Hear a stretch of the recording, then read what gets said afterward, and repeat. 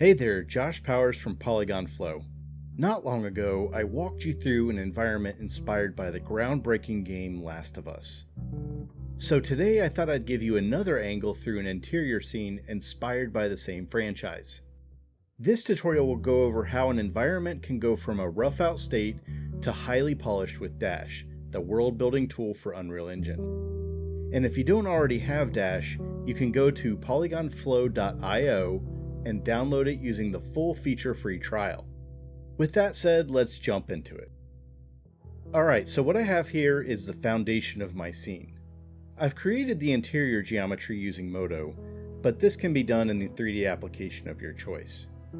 As you can notice, the base scene is quite simple. The standard floor, walls, and ceiling. And then we have a few props from megascans, as well as a few custom-made assets. I've also grabbed this suitcase model from Sketchfab to follow more closely with the concept. As always, you can find a link to any Sketchfab asset in the description below. So with that out of the way, let's get to detailing with Dash.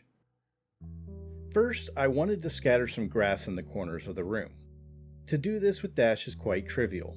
We find the right asset in the content browser, drag it onto the viewport, and hold Ctrl to scatter it. I'll adjust a few parameters on the scatter, but before I really dial those details in, I want to make sure the grass is locked to these two corners. I can quickly do this by first selecting the grass, then a few of the props in the corners. Then I can click on this proximity icon right here. With this, I can adjust the proximity distance of my grass to quickly expand the coverage away from these assets.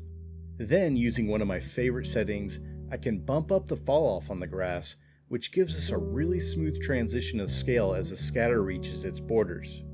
This makes things feel so much more natural and organic. Here's a quick tip. If you drop in a small static mesh that fits your scene, you can then add the mesh to the proximity mask by going into the grass scatter's main property panel, and with the mesh selected you can just add it. Now the grass will extend out to the mesh, and you can easily move it around and scatter will update in real time. This will help you really fine-tune the look of your proximity masking in no time. I wanted to place a bunch of leaves in this scene, and while Megascans does have some leaf cluster meshes, they don't always play well due to their high frequency. To fix this, I'll select my floor mesh, then write Create and Scatter Mesh Cards in my Dash prompt bar. Then I'll select the Create Cards action. This will prompt me to pick an opacity map of my leaves, and once we do that, it'll convert that opacity map to actual mesh cards for each leaf in this case, and then scatter them all over the ground. As always, tweaking the results is the fun part. We can change their density, play with the breakup parameters to have more realistic clustering, and so on. I'll now go back to the content browser and just start scattering more objects on the ground to really start filling out the scene. The key is to add enough detail that really sells the scene, but not so much that it becomes too noisy, making it difficult for the viewer's eye to find a place to rest. We also have this wall outside the window. Since the scene is more focused on the interior, I didn't spend too much time out there, but I did scatter some ivy along the wall, as well as add a few decals to further give the appearance that this area has been decaying over years of neglect. Back in the interior, the next step is to really leverage the decals to break up tiling elements of our textures, as well as add more detail to the scene. This is always such a fun part, as you can make any seemingly generic surface truly stand out, and thanks to Dash's intuitive UI, the material floating bars allow us to edit the decals really quickly in order to make them blend nicely with the background they're sitting on. Alright, I'm fairly happy with the results here, so the next step is to type new camera to create a new camera in our scene.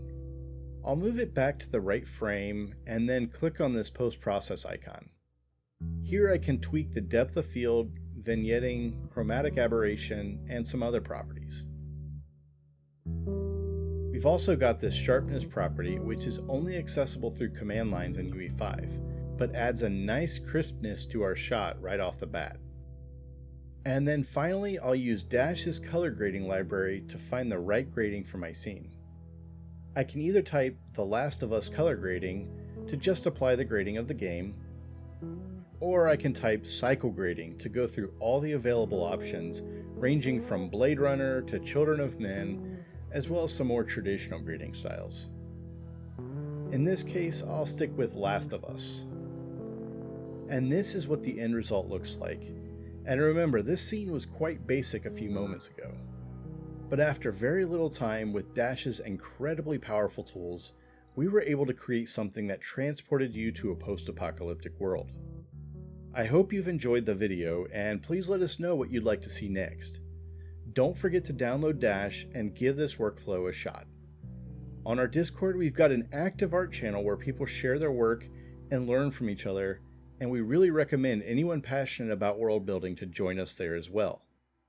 Thank you so much for watching, and I'll see you next time.